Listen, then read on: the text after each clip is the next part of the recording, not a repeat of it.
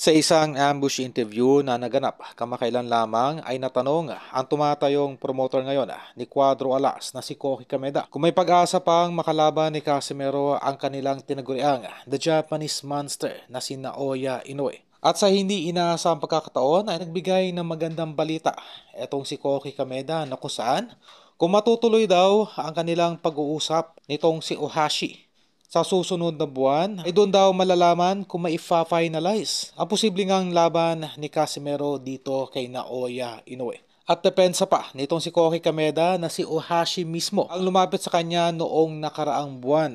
At tinatanong kung available ba itong si Cuadro Alas sa unang bahagi ng taong 2026. Well, mula po sa ating pinagkakatiwalaang insider ay labis nga pong tutol itong si Ohashi. May kasa ang laban sa alaga nitong si Naoya Inoue kontra Junto Nakatani.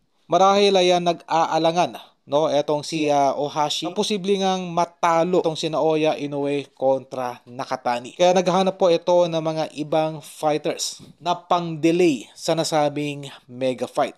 At isa nga po itong si Cuadro Alas na posibleng gagamitin pang-delay nang makaiwas dito kay Junto Nakatani.